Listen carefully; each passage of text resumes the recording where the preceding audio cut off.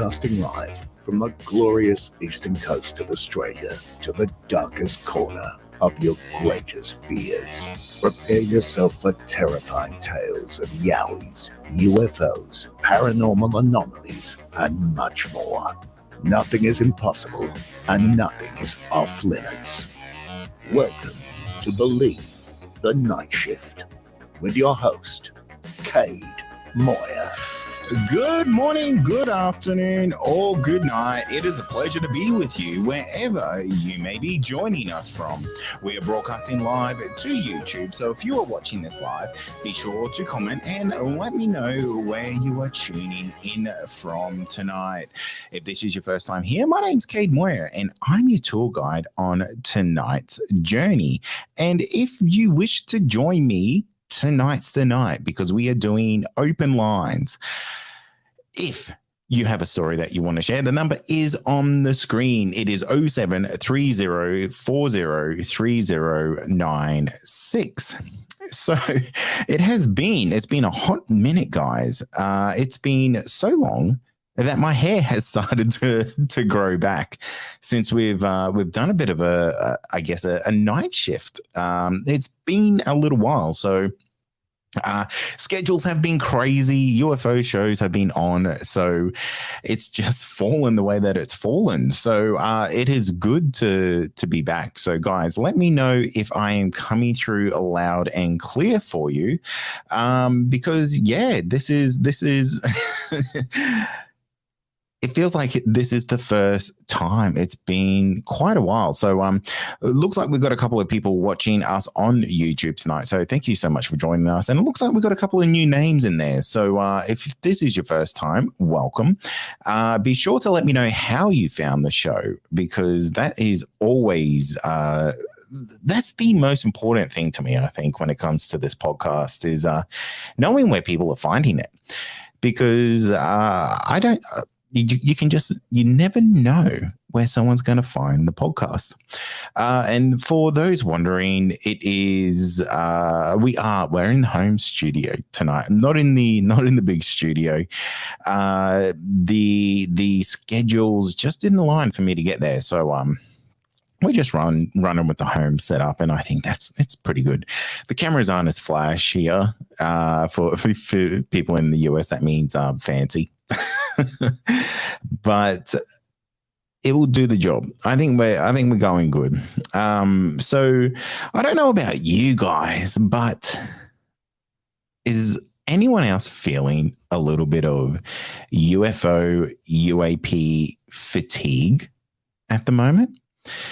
I feel like the universe has been so heavily focused on the UFO and UAP field that it is almost a little bit draining to kind of get more information about it. But I'll never run out. I will never run to empty on it, because we are in the most pivotal moment of, I feel like, UFO history. Depending on what sources you kind of want to go with, it all sounds like it's starting to, the boiling pot isn't going to boil over. It seems like things are simmering down a little bit. And I feel like the UFO field is going to go a little bit quiet for a little while. I don't know if that's going to change things or not, but what I do see that doing is opening up the door for leaks. I think we are going to have a lot of videos that leak out of military personnel making its way to people like Jeremy Corbell. He really seems to be a huge instigator of that. He doesn't release anything that's classified, of course, but he does seem to be the man on the inside who's able to get this type of stuff out here. So it is going to be rather interesting because you have people like Ross Coulthard, who's obviously one of the key instigators for UAP transparency in the world. And he's basically been one of the people right on the front line for transparency and disclosure and all things related to that. And he even seems to think that things are going to start settling down a little bit. So look, I would really, really love to hear your thoughts. If you think things are slowing down, do you think things are just starting to get interesting? I would love to know your thoughts. And you can do that by calling me. The number is 0730403096. And sorry, I'm kind of bumping the equipment everywhere. I do want to talk to you about something that is UFO related, though, and that is the AARO just got a website after being in action for what feels like 2 or 3 years now, maybe under different names, but yeah, they've been kind of going for that little period. They are now available online, which is an absolute joke because this is supposed to be one of the places that gets reported to for UFO information. And I don't get me wrong, I completely understand that they do not want the general public calling in, emailing in, contacting them with their encounters, because the reality is for the US government that those encounters really mean nothing because it is not vetted by anyone within their government agencies, which is fine. I get it because you can imagine the spectrum of people and encounters that they would potentially receive if it was an open floodgate, so to say. But yeah, tonight I'm gonna go through this new website, and it got brought to my attention just the other day. So if you're a Believe Plus member, you'll be able to watch this video again on our website. If you are listening to the audio only version, just know that you can jump over there too. So look, we're going to jump in here. I'm going to show this website, and we'll quickly go through it. So this is this is the All Domain Anomaly Resolution Office's website, AARO.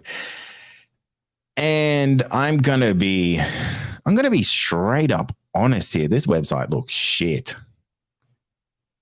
This looks like it was made by the intern, and I come on, man, this is bad. I build websites, like that's my job, and this feels like this was the intern, the work experience kid's job. This is just not good at all. So guys, I won't be able to see your messages for a minute here, but yeah, this is just the crappiest website, and it does not fill me with any type of confidence to go, hey, yeah, cool, this is really going to show us what's going on, because it shows me nothing. So let's go through this. So we get a director's message, which is from Dr. Sean Kirkpatrick himself, the director of AARO. And it says, welcome to the website for the All Domain Anomaly Resolution Office. Our team of experts, how do you claim to be an expert in the UFO field, is leading the US government's efforts to address unidentified anomalous phenomena, aka UAP, using a rigorous scientific framework and a data-driven approach. AKA, they've been ignoring it the entire time until David Grush came out.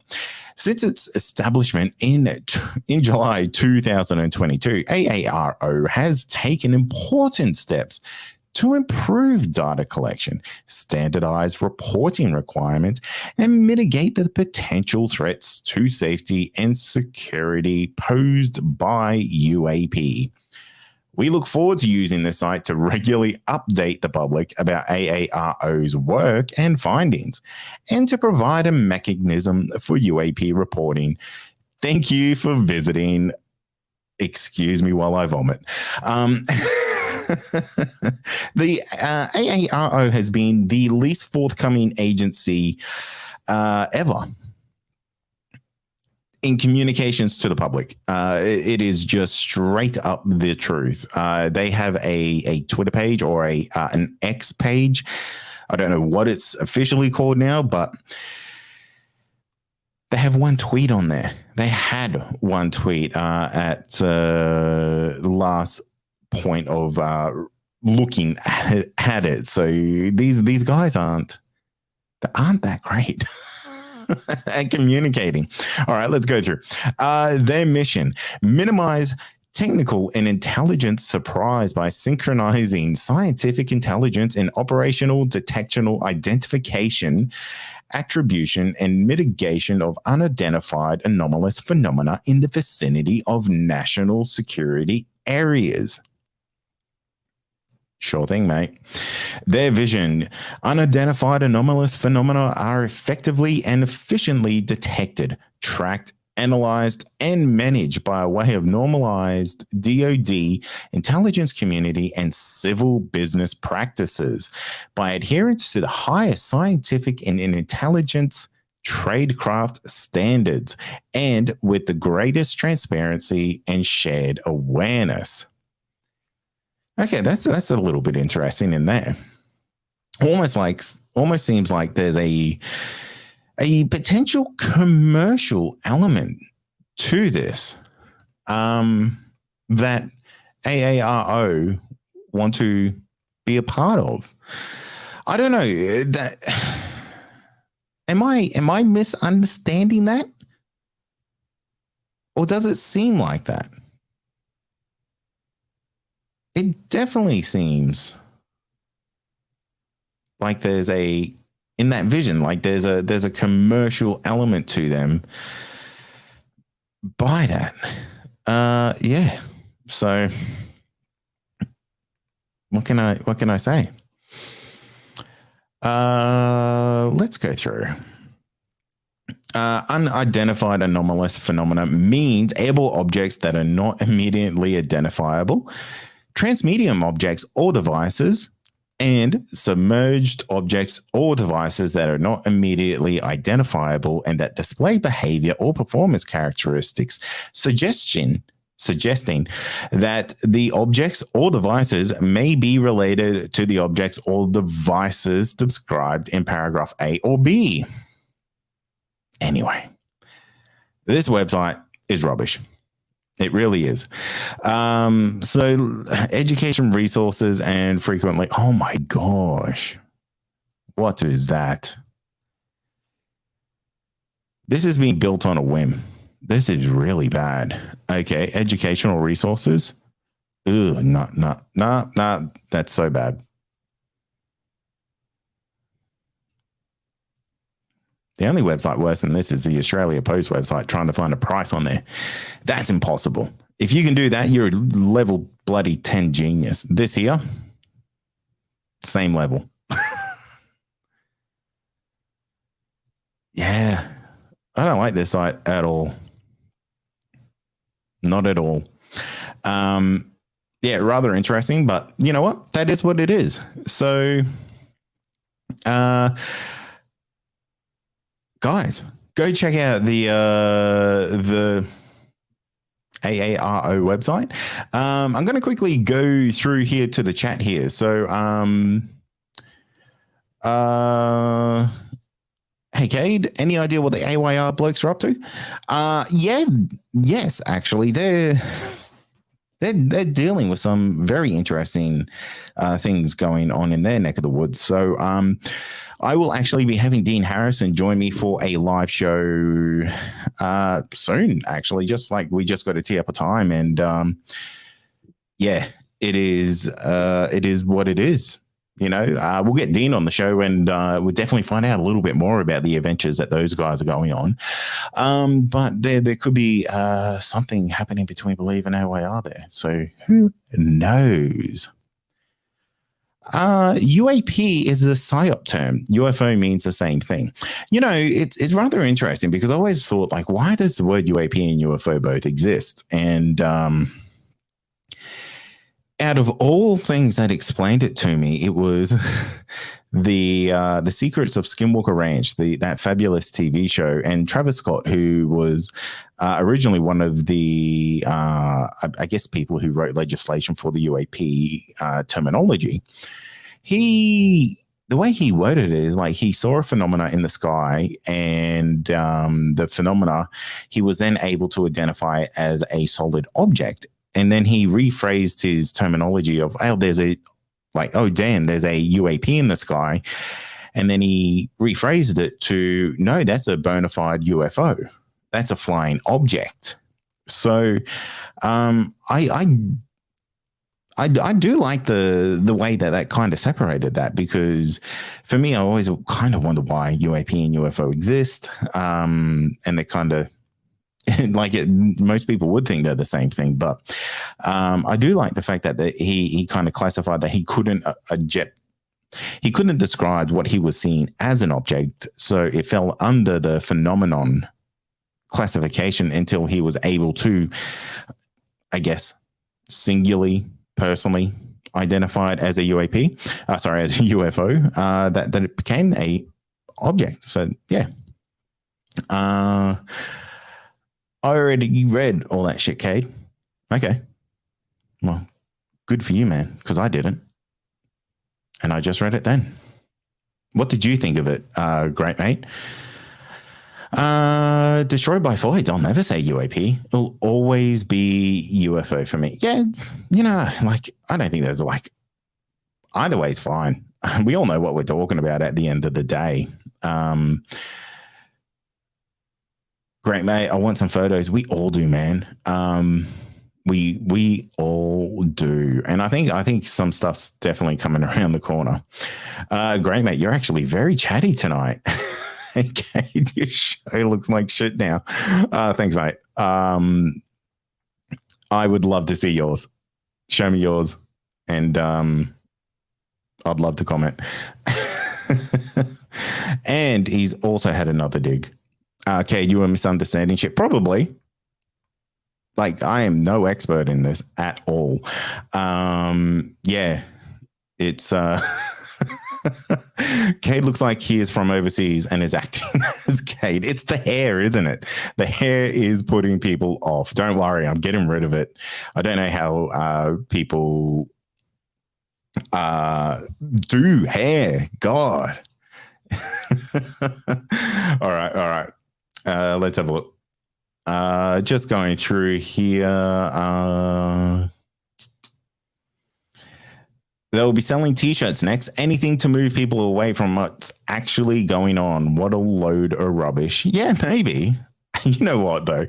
I would 100% buy a shirt that said AARO on there. Definitely. Shane, this is a really, really good one. Site's not meant to be user-friendly. And that's a really good point. And you know what? I didn't even think of that. Yeah, it could be purposely designed to just be rubbish and not want you to go on there. Shane, I do like that different point of view thinking there. Well done, mate. That's a really interesting point.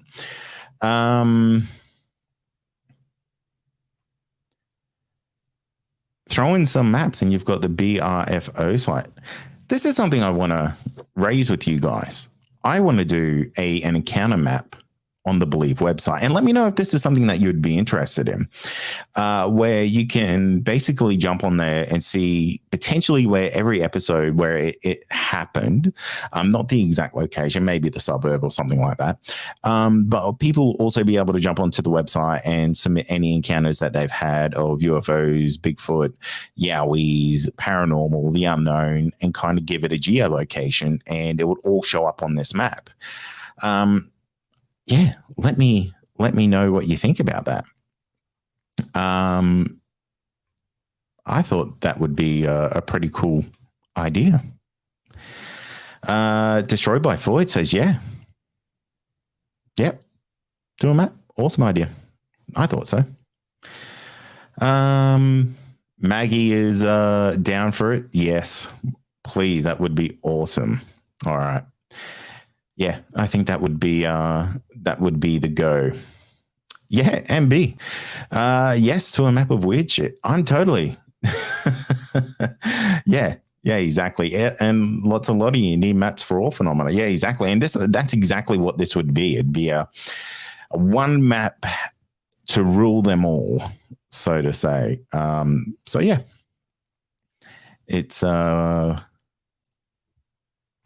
gonna happen. Just got to find the bandwidth to do it.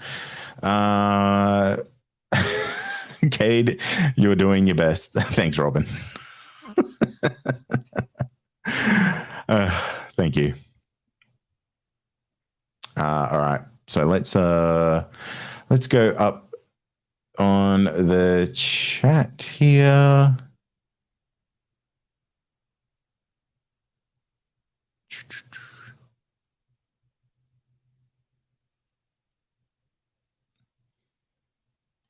All right. Not too much there, but Adam asks, should ask Wes from Sash. Oh, I always get caught on this. Should ask Wes from Sasquatch Chronicles to do a collaboration roundtable. That would be sensational, Cade. Yeah, absolutely. I would love to sit down with Wes and a whole bunch of people actually, and just kind of chat about the the weird and the wonderful, and find the common elements between things. There is something happening in the background with Shannon McGraw from the Into the Fray podcast, and that's something that might happen there as well. So if you're into that, I'll let you know when that all happens. Jeff says maybe co-join the locations from Sarah's show. Yeah, I mean, anyone can. This will be the beauty of it. So it will be basically open to anyone to upload things. So we do have a call coming in, so I'm just going to get them live on the air. Caller, what's your name and where you're from?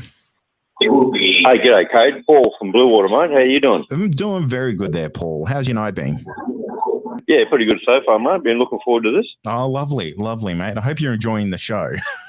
Yeah, we are. We love what you do with your hair, actually. It's looking great. Oh, mate, it feels fabulous. It's getting all shaven off tomorrow. Didn't recognise it without your hat. Yeah.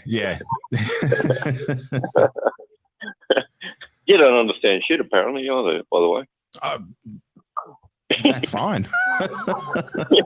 Yeah, that's why I get people on the show, mate, because I don't know shit, but they do. And it's easy for me to just ask them 3 or 4 questions and let them educate me. So, look, yeah. I don't disagree with who that person was. No, it's been a fun show so far. We've been sitting here. Both of us, me and Wendy, we're sitting here like cacking ourselves. Oh, I love that, mate. That's what I like. It's I feel like the call-in shows can be a little bit more fun and a little bit more laid back. So I'm glad that you and your mate are enjoying it, and it's great to have you call in and chat with me. Yeah, no dramas, buddy. Well, we bumped into you at the Cardwell UFO forum. Oh, yes, Yeah, of you know, course. the Believe T-shirt, man. Yes, absolutely, mate. Mate, what did you think of the Cardwell UFO Festival? Because I thought that was my first time there, and I had an absolute blast. It was a million times better than I thought it would be. No, it was fantastic. Well, we'd been there a couple of times. I think that was our fourth time, third or fourth time, and this one was probably the pick of them. There were so many guest speakers.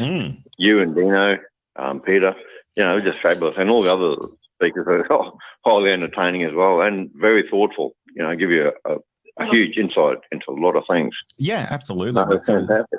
It was one of those things where I'm very on the straight and narrow. Like I don't really think there's aliens who talk to us through the stars and things like that. But I don't discredit anyone who believes that or thinks that. So it was really cool to see the other side of that coin, so to say, because for me to sit in my own box and go, no, that stuff doesn't exist is so super ignorant. But yeah, it was really, really cool to see the other side of that coin and kind of see how that whole world potentially matches into mine. Absolutely, mate. You know, because we can put out whatever theory or belief that we have, and who's going to disprove any of it? Because we don't know anything. None of us know shit about anything. So, you know. Absolutely. It's one of those things that I would gladly be wrong about everything that I know to find out the truth. And I think everyone should almost have that kind of mentality. Yeah, for sure. Nobody is an expert on anything because we don't know anything. We're just a grain of sand in the whole beach of the universe, and we don't know nothing. Yeah. So who's to say what's right and wrong? Yeah, exactly. And it was really good that I saw absolutely none of that at that festival. Like everyone was just very, very open-minded. Like no one was so open-minded that their minds fell out, which is good.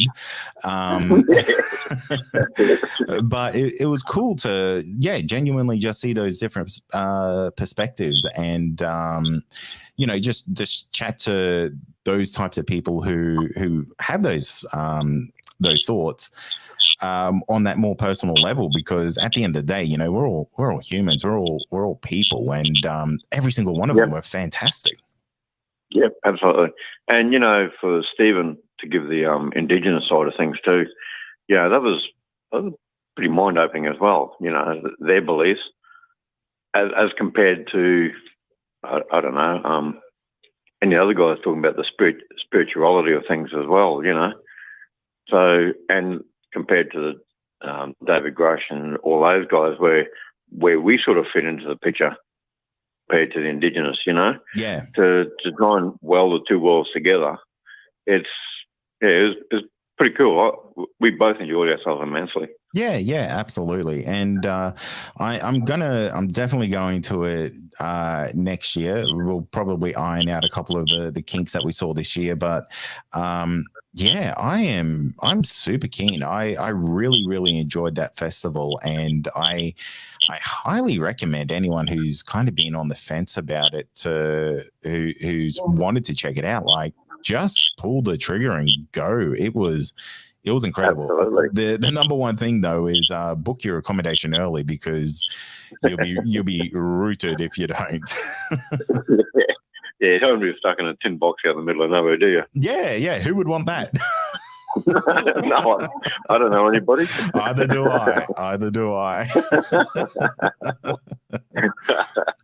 No, it was great. Look, it was fantastic to meet you and Dino. And we had a great time, so thank you very much for that. No, mate, it was a real pleasure. And mate, if you're ever up this way in Cairns, I would, love to catch up, have a coffee with you, mate, because you and your partner were absolutely lovely people, and it was such a genuine pleasure to meet the both of you. Thanks, Kate. The check's in the mail, and we will do that. We will catch up for a beer or coffee. Sorry. Yeah, mate, absolutely. Yeah. Awesome. Good on you, mate. Thanks very much, and enjoy the rest of the evening. Yeah, too easy, mate. Thank you for calling in. Cheers for that. Thanks, mate. We love what you do. Cheers. Buddy. Catch up. That was awesome. Thank you so much for calling in, mate. That was really cool. Yeah, absolutely. So I don't know if I've spoken too much about this, but yeah, you should totally, if you were ever thinking about going to the Cardwell UFO Festival, definitely do it. I had an absolute ball up there, or down there actually. Really, really cool. Met lots of really, really awesome people, and even though a lot of them would be on a completely different spectrum for, what we think this UFO reality is, at the end of the day, man, they were still super cool people, and have all the time in the world for every single one of them.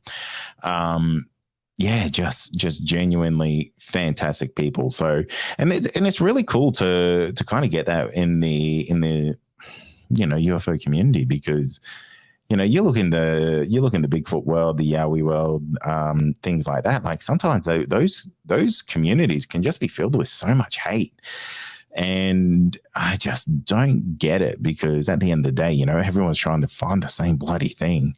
How you go about it, that's your own journey. That's fine.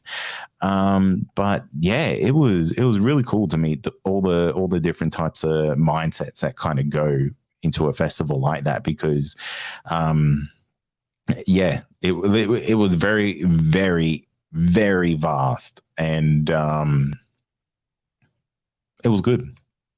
It was good, and everyone who was there, like all the like audience members and things like that, were all fantastic. I don't think I could fault a single person, because everyone there was wanting to be there, wanting to learn more. So if the next time it's on, guys, definitely work your schedules around going to the Cardwell UFO Festival, because I'll be going again. I'm pretty sure Dean's going to go again, and I'm actually trying to get a couple of more mates of the show to go there. I have about 12 months to work on it, so we'll see if we can get a couple of people there. Look, I am going to go back here to the chat.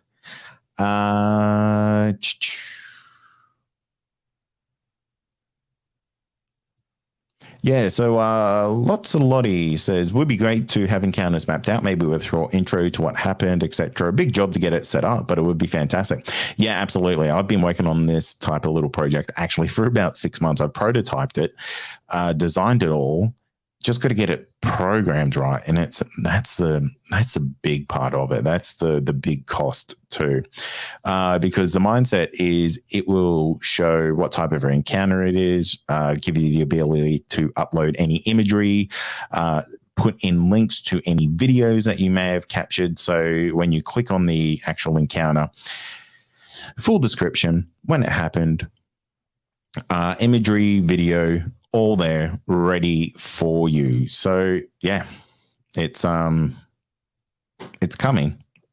I just don't know when. Hopefully soon. Rod Rupa, love the suggestion of Into the Fray. Oh, thanks, man. I'm a big fan of Shannon LeGros over there. So I'm glad you enjoyed it. But we do have another caller on the line. Caller, what's your name and where you're from? G'day, Kate. It's Rod. Oh, Rod. And, mate, this is Inception right now. I was just reading your comment on the on the screen. Good evening to yourself and the listeners. Oh, mate, how are you? Mate, absolutely brilliant. And mainly because, just got back from Cape York. Oh, and lovely. Had that fantastic trip up there. And,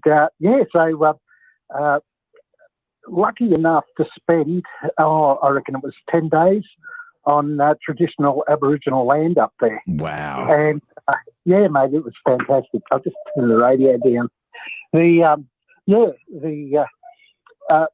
Found a long-lost relative who'd married a tribal elder. No way. And, so we got the invite to go up, and, after the obligatory hellos and greetings, I pulled this chap aside, and I said, I've got some questions for you. And he said, fire away. And I said, tell me about the Yowies up here. and this absolutely beautiful smile just came across his face, you know. Oh, lovely. And, yeah, and it was something he really wanted to talk about. So, we had great discussions. Absolutely amazing. That's awesome. So, it was. And he told of a couple of encounters and encounters his father had as well. And, up that way, as you probably know, they call them Bulla Bulla. And not like the Yowies down in the southeast corner.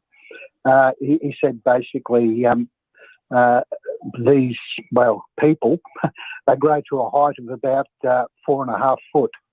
But, traditionally huge feet covered in hair. And, so it was fantastic. So, I've got a little bit of information if anyone's interested. Mate, I am absolutely interested. So what you kind of described there, kind of, I guess, nationwide is kind of known as a Junjidi, which is like the small version of the Yowie. And traditionally, they're supposed to be way more dangerous, way more mischievous. And I remember hearing stories from locals basically indicating that those things are they're way more terrifying than the big ones. Yeah, exactly, mate. I just found it interesting. Some of the information he gave me was, this was from basically Moody Point up to the tip, and he said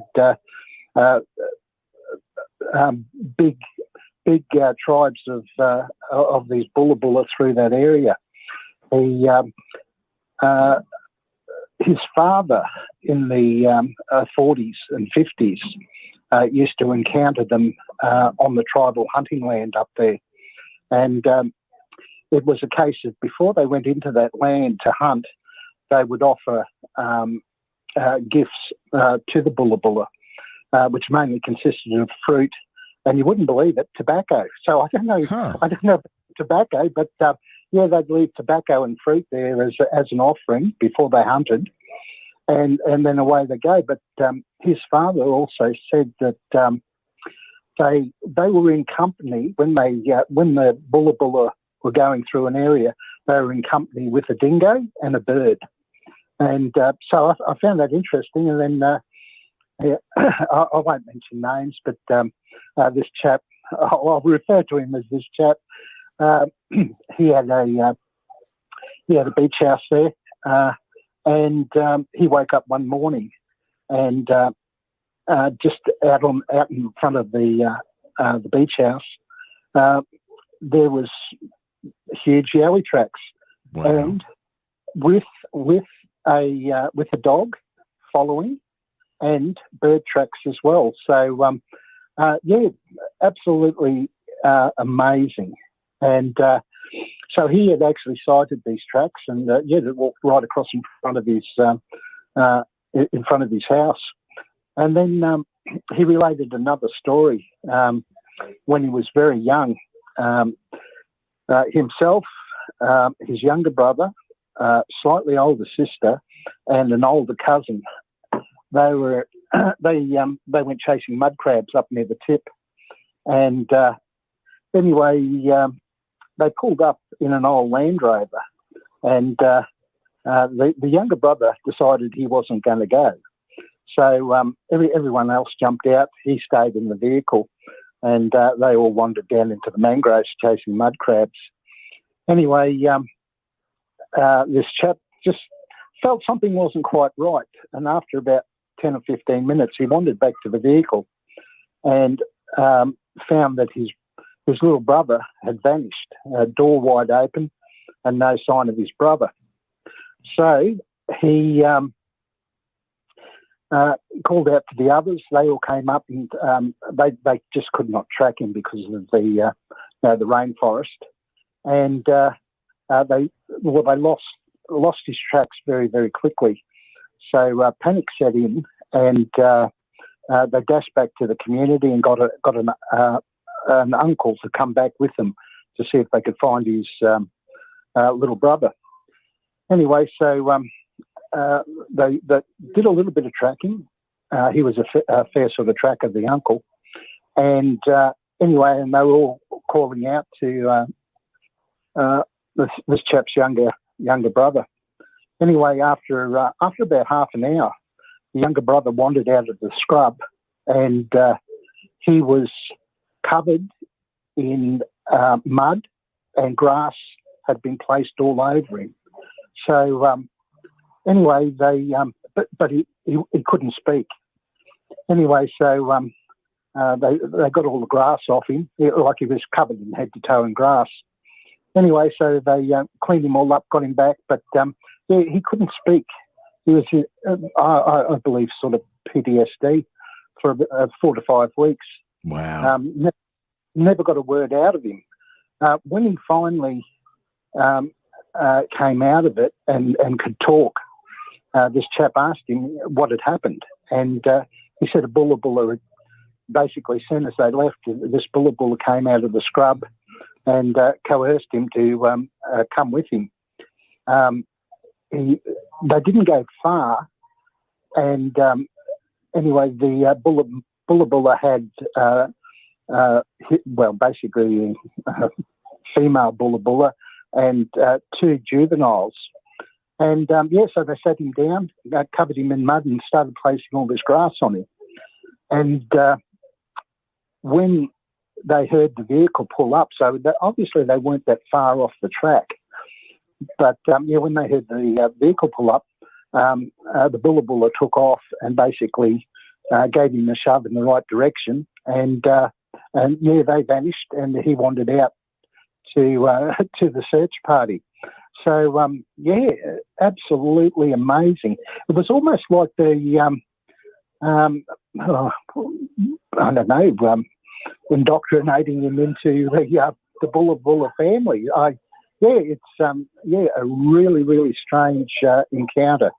But I just thought I'd share that with everyone tonight. But fantastic trip up there, and talking about the Cardwell UFO festival. My uncle, you might have seen him driving around. He was in an electric wheelchair with a couple of carers with him, and talking to Paul, he had an absolute ball, mate.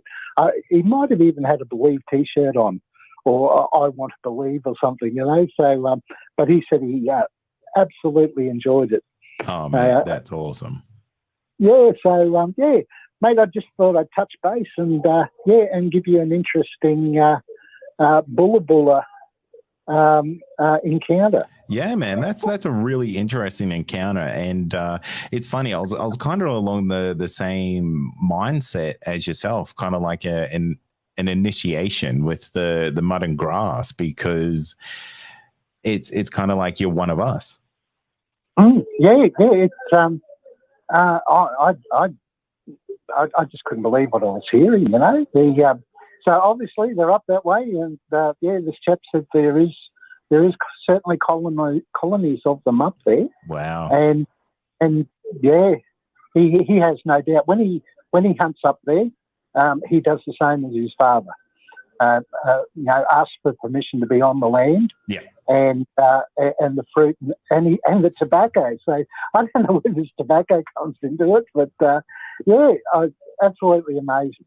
Yeah, that is weird, because it's not like it's a native thing to like Australia at all, and it kind of makes me think of like I guess the Cherokee Indians and things like that, where they kind of use the like tobacco in their kind of offerings and things like that. It seems so similar. Well, the other similar thing too, speaking to this chap, he said you always know when they're around, because just like with Yowie, the bush tends to go quiet. Yeah. But he said he's heard them talking out in the bush, and he said it was more like a buzzing sound rather than basically the stuff out of the States, with the and the stuff down there in the Pilliga, with this arguing in the bush and stuff like that. He said, it was more like a buzzing sound. So,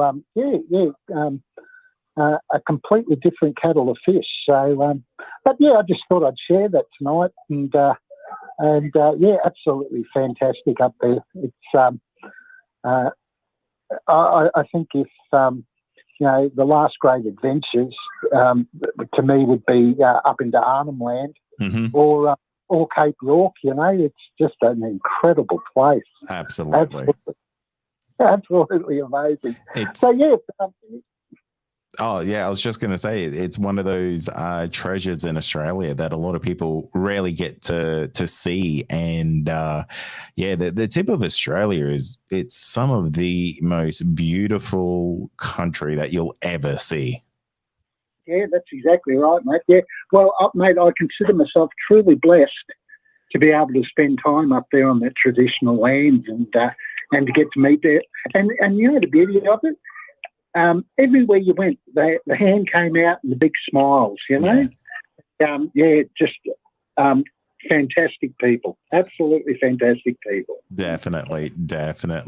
Well, mate, thank you so much for calling in. It was a shame that I didn't get to catch you while you're up this way. The schedules were all over the place. I was actually probably 2,000 kilometers further north in Queensland than where you were, up on the Thursday Islands while you were around. So, mate, next time for sure.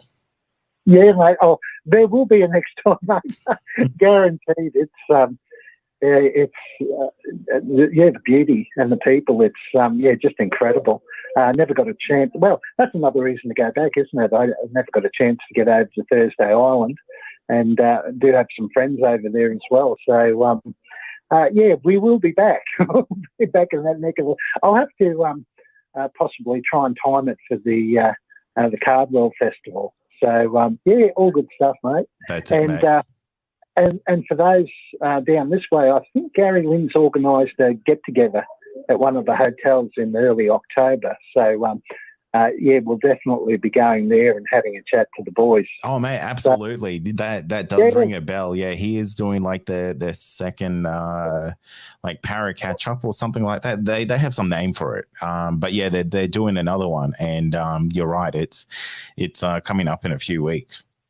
Yeah, well, I contacted Shannon because Shannon had that encounter on his motorcycle, and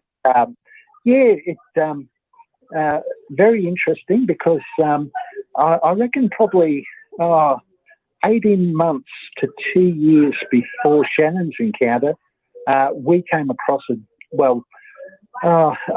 it's funny, you try and rationalise things, but everyone's saying, there's a face, but this face appeared very low on a tree, and in hindsight, I'm thinking maybe we did see something.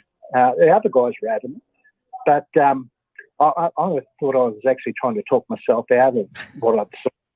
But I'm thinking we saw an infant, and the one that Shannon encountered might have actually been the one that we spotted, and obviously it had grown when Shannon had his encounter. So I just want to check some dates with him. Wow. We might have actually encountered this one Shannon saw, a little bit earlier. And it was certainly very inquisitive, whatever it was. Yeah. So looking forward to catching up with Shannon. Oh, mate, well, you'll have to check in and let me know if you had some crazy crossover there, because how weird would that be? Oh, mate, yeah. Well, it was one weird night, I can tell you. That was the first time we actually encountered the odour that they give off, and I reckon there was an adult very close by, came in and grabbed the infant and then headed off, and we were lucky enough to cross its tracks further down the road. And the smell was quite incredible, actually. It sort of changed. It went from a dead carcass to like a rubbish tip smell, and then finished off smelling like urea.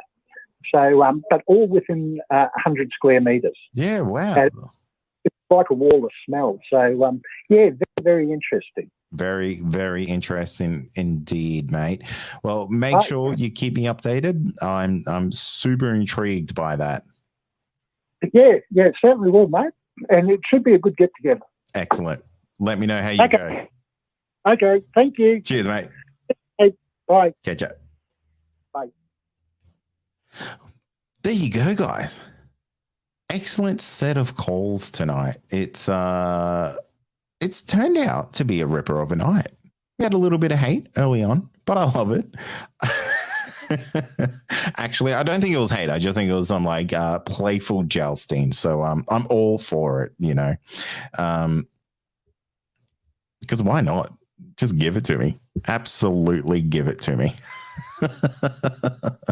Hey guys, look, it has been an absolute blast hanging out with you tonight. Just a quick heads up. I think we might close the lines there for tonight. It is we've only got a couple of minutes left in the show.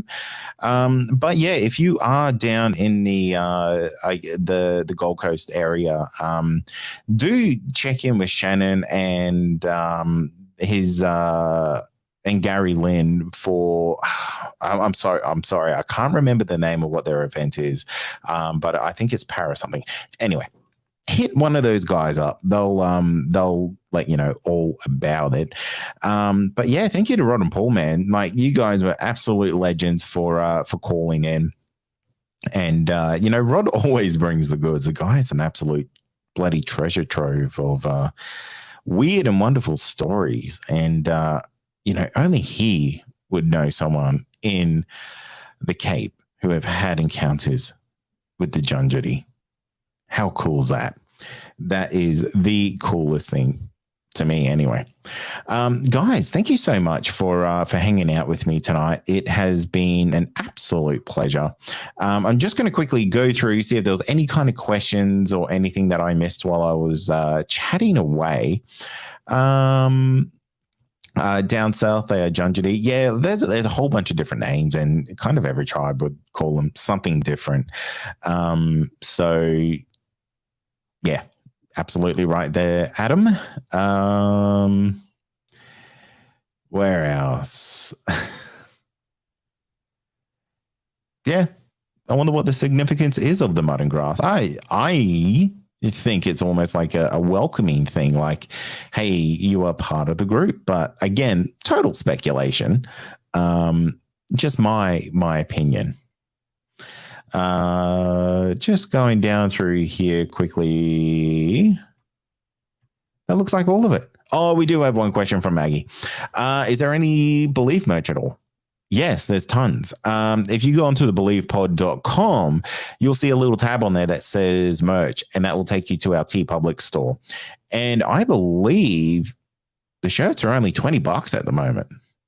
So if you do want to get some merch, hit that up, because it's a third party. They take care of all the printing and absolutely everything. They're able to get it done way cheaper than I could ever do it without ordering just insane amounts of shirts. So yeah, jump on there, check it out. You can get stickers and a whole bunch of other stuff. They make it so easy. So yeah, check it out. You'll find a whole bunch of different shirts and stuff like that. Nessie says $20 Aussie. That's about 300 NZ, right? Might be about 350 plus your firstborn, not including tax. So congratulations. Robin says, thank you, Kate. I love these live shows. They're fun. I enjoy them too. I might get a guest on the next one in person in the studio. What do you think? Could be fun. All right, guys. I think that's it. Unless anyone has any other questions before I shoot off, I think we're going to wrap it up. Let me do the sales pitch. Guys, if you like what you heard here tonight, do one thing. Tell a friend about it. Tell a friend about the show. That's the best way it's the best way for our show to grow is by just recommendations to friends.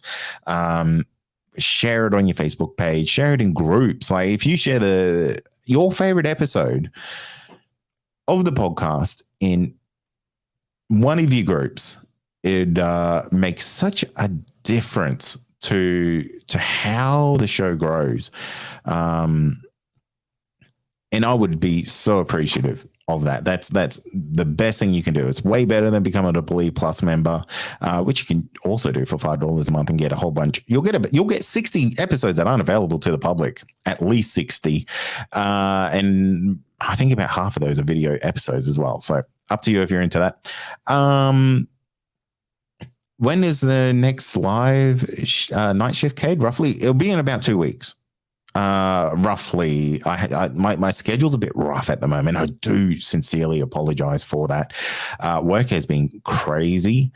I've been kind of off doing video shoots all around the place, and kind of sitting down for 2 minutes, I'm like exhausted and pooped. So that's just, I'll let you know ASAP.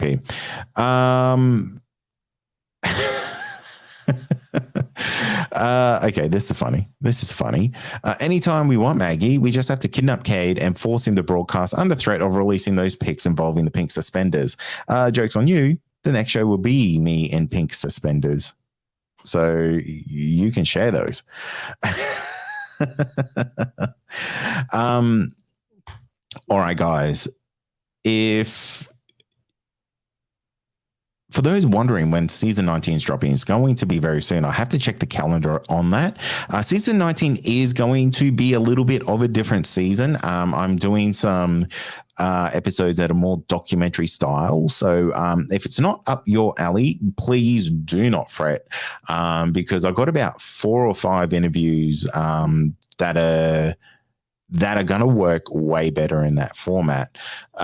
So if you do really like it, who knows? That could be the new way we do the show. But until then, enjoy what you can. Sorry, I was just reading some of the comments. So, look, guys, it's been a real pleasure hanging out with you tonight. And yeah, again, the best thing you can do is jump on the website, find your favorite episode on there, and just share it in any way you can, in a group or anything like that. Jeff is asked, and every episode will be the Pilliger security guy. That was a nuts episode, wasn't it? Far out. I am going to get him on again. I reckon I could do a whole bloody season on him. Absolutely nuts. I couldn't believe it. Like, what were those things on the train track? It haunts me. Like, that is nuts. If you haven't heard that episode yet, far out. You got to go check that out. My goodness. That would have been so scary. Oh, I couldn't imagine being in that situation. Poor bloke. But yeah, we will get him back on the show for sure. I'm actually going to reach out to him tomorrow, hopefully. And for all those people who have contacted me over the last month or two, I have finally got on top of all the emails. My gosh, there was so many, and it takes so long, but we did it. So if you're watching and you got some emails from me, let's tee up a time and let's chat, because season 19 is around the corner, probably maybe 3 or 4 weeks away. But if you are a Believe Plus member, I'm going to get those episodes out ASAP for you and hopefully get a whole season to you earlier than anyone else. Time Traveling Bean says the Frederick Valentich show was amazing. Wasn't that nuts? The reverse speech. Holy jeez. I don't know what to make of that. Still blows my mind. Still blows my mind. 3 out of 3 home runs with that. George Simpson, you are blowing people's minds to this day. All right, guys, that's going to do it for tonight. Thank you so much for your time. Thank you in advance for sharing this your favorite podcast episode to some of your favorite paranormal UFO or weird groups that you're all part of. It's much appreciated. But until next time, make sure you subscribe to the podcast, like it, rate it, share it, give us a 5-star review, and let me know what your favorite episode is. Actually, do that. You can go do that. That takes 2 seconds, and I'll be very much appreciative of that. Anyway, guys, you have a lovely, lovely weekend, and I'll be seeing you real soon. Cheers.